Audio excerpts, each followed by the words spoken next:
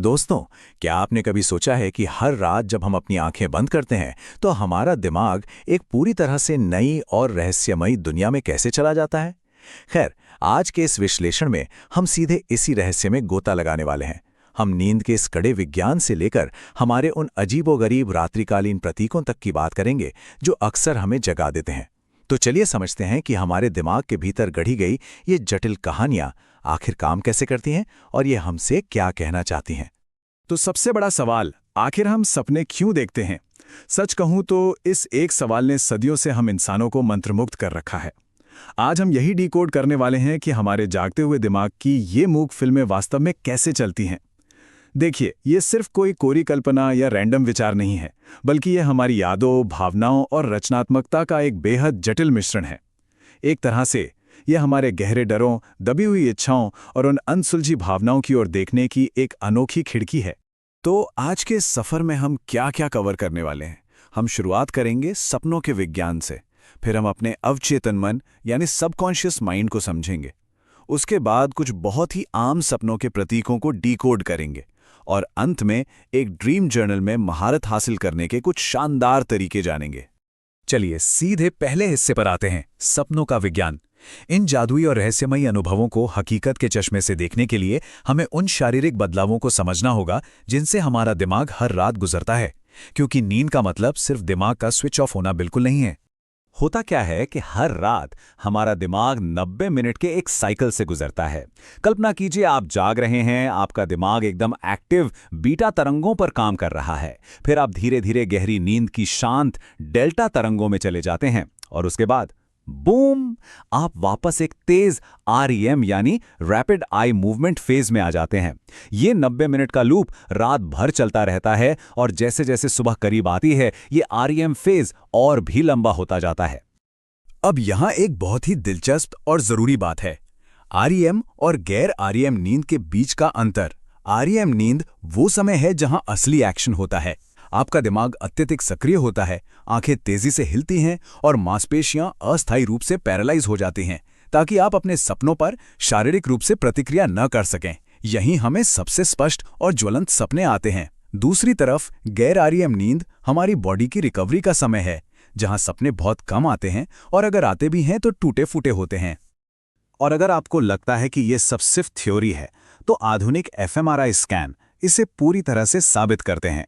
नींद के दौरान हमारे दिमाग के दो खास हिस्से, एमिगडाला और हिपोकैम्पस, अचानक से बहुत एक्टिव हो जाते हैं। एमिगडाला हमारी भावनाओं को प्रोसेस करता है, जबकि हिपोकैम्पस हमारी यादों को सहेजने का काम करता है। मतलब, रात में जो कुछ भी हम देखते हैं वो सीधे तौर पर हमारी जटिल भावनाओं और यादों को सुलझाने की एक प्रक्रिया है। न्यूरोसाइंस को समझने के बाद अब वक्त है थोड़ा गहराई में जाने का और हमारे दूसरे विषय अवचेतन मन को समझने का। चलिए देखते हैं कि मनोविज्ञान ने ऐतिहासिक रूप से इन रात्रिकालीन कहानियों को कैसे देखा है। मनोविज्ञान की दुनिया में इस विषय पर दो दिग्गजों के विचार सबसे ज्यादा सुने जाते हैं। एक तरफ सिगमंड फ्रॉयड थे, जिनका मानना था कि सपने हमारी दबी हुई इच्छाओं और बचपन की उन चिंताओं का रूप है जिन्हें हम छिपाते हैं। और दूसरी तरफ थे कार्ल जुंग, जिनका नजरिया थोड़ा अलग और व्यापक था। जुंग मानते थे कि सपने एक सामूहिक अवचेतन का हिस्सा हैं, जहां कुछ ऐसे ब्रह्मांडीय सिंबल्स हैं जो हम सभी इंसानों में एक जैसे होते हैं। दोनों ही थ्योरीज अपनी जगह बहुत अहम हैं और हमें यह समझने में मदद करती हैं कि हमारा दिमाग आखिर काम कैसे करता है। लेकिन रुकिए, विज्ञान के पास एक और एकदम न्यूट्रल नजरिया भी है। इसे कहते हैं एक्टिवेशन सिंथेसिस परिकल्पना। ये परिकल्पना कहती है कि भाई शायद सपनों का कोई बहुत गहरा या रहस्यमय अर्थ नहीं होता, बल्कि REM नींद के दौरान हमारे दिमाग में जो रैंडम न्यूरल सिग्नल फायर होते हैं, हमारा दिमाग बस उन्हें एक कहानी का रूप देकर समझने की कोशिश कर रहा होता है। ये विचार मनोविज्ञान और शुद्ध जीव विज्ञान के बीच एक बहुत ही शानदार बैलेंस बनाता है। तो अब आते हैं हमारे तीसरे हिस्से पर, सामान्य स्वप्न प्रतीकों को समझना। आपके सपने चाहे किसी दबी हुई इच्छा का नतीजा हो या सिर्फ रैंडम न्यूरल फायरिंग का, कुछ चीजें ऐसी हैं जो दुनिया भर के लोगों को एक जैसी दिखाई देती हैं। क्या आपने कभी सपने में किसी को अपना पीछा करते हुए देखा है, या अचानक किसी ऊंचाई से गिरने का एहसास हुआ है, हवा में उड़ना या फिर अचानक से अपने दांत टूटते हुए देखना? ये 4 सपने दुनिया में सबसे ज्यादा देखे जाने वाले सपने हैं। ये हमारे सबकॉन्शियस माइंड के वो यूनिवर्सल ब्रश स्ट्रोक्स हैं जो अलग अलग संस्कृतियों, अलग अलग देशों और अलग अलग युगों के लोगों में बिल्कुल एक जैसे पाए जाते हैं। है ना कमाल की बात? और यहीं पर कार्ल जुंग की सामूहिक अवचेतन की थ्योरी एकदम सटीक बैठती है। जुंग का कहना था कि हम सभी इंसान एक साझा इतिहास और अनुभव शेयर करते हैं, इसीलिए बिल्कुल अलग अलग बैकग्राउंड के लोग भी रात में उन्हीं समान प्रतीकों को देखते हैं। ये सिंबल्स हमारे अंदर पहले से मौजूद होते हैं जो हमारे सामूहिक इंसानी अनुभव को दर्शाते हैं। चलिए इसे थोड़ा डिकोड करते हैं और देखते हैं कि ये प्रतीक हमारी असल जिंदगी से कैसे जुड़ते हैं। अगर सपने में कोई आपका पीछा कर रहा है तो शायद आप अपनी असल जिंदगी में किसी मुश्किल स्थिति या भावना से भाग रहे हैं। ऊंचाई से गिरना अक्सर ये दिखाता है कि आप असुरक्षित महसूस कर रहे हैं या आपको लगता है कि चीजें आपके कंट्रोल से बाहर हैं। उड़ने का सपना अक्सर आज़ादी या किसी चुनौती से पार पाने की इच्छा का प्रतीक है, और वो दांत टूटने वाला सपना वह आमतौर पर हमारे लुक्स को लेकर चिंता या खुद को कमजोर महसूस करने से जुड़ा होता है। अब हम अपने आखिरी और सबसे प्रैक्टिकल हिस्से पर पहुंच गए हैं, ड्रीम जर्नल में महारत हासिल करना। क्योंकि इन थ्योरीज को जानना एक बात है, लेकिन इनका इस्तेमाल करके अपनी असल जिंदगी में बदलाव लाना बिल्कुल अलग बात है। तो आप इन सपनों का फायदा कैसे उठा सकते हैं? बहुत आसान है।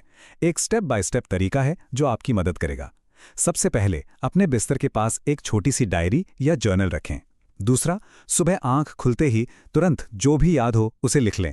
कौन से रंग थे, क्या आवाजें थी, और सबसे जरूरी, आप कैसा महसूस कर रहे थे। तीसरा, कुछ दिनों बाद उन सपनों को पढ़ें और देखें कि क्या कोई पैटर्न बार बार आ रहा है। और अंत में उसे अपनी उस समय की चुनौतियों से जोड़कर देखें। सच मानिए, ये तरीका हमारे अनसुलझे तनाव और बिहेवियर के पैटर्न को पहचानने में असली गेम चेंजर साबित हो सकता है। आपको ये भी ध्यान रखना होगा कि हमारी असल जिंदगी का हमारे सपनों पर सीधा असर पड़ता है। अगर आप बहुत ज़्यादा तनाव में हैं तो बहुत मुमकिन है कि आपको बुरे और डरावने सपने आए। जीवन में कोई बड़ा बदलाव आ रहा हो तो आपके सपने आपकी उस घबराहट या उत्साह को दिखा सकते हैं।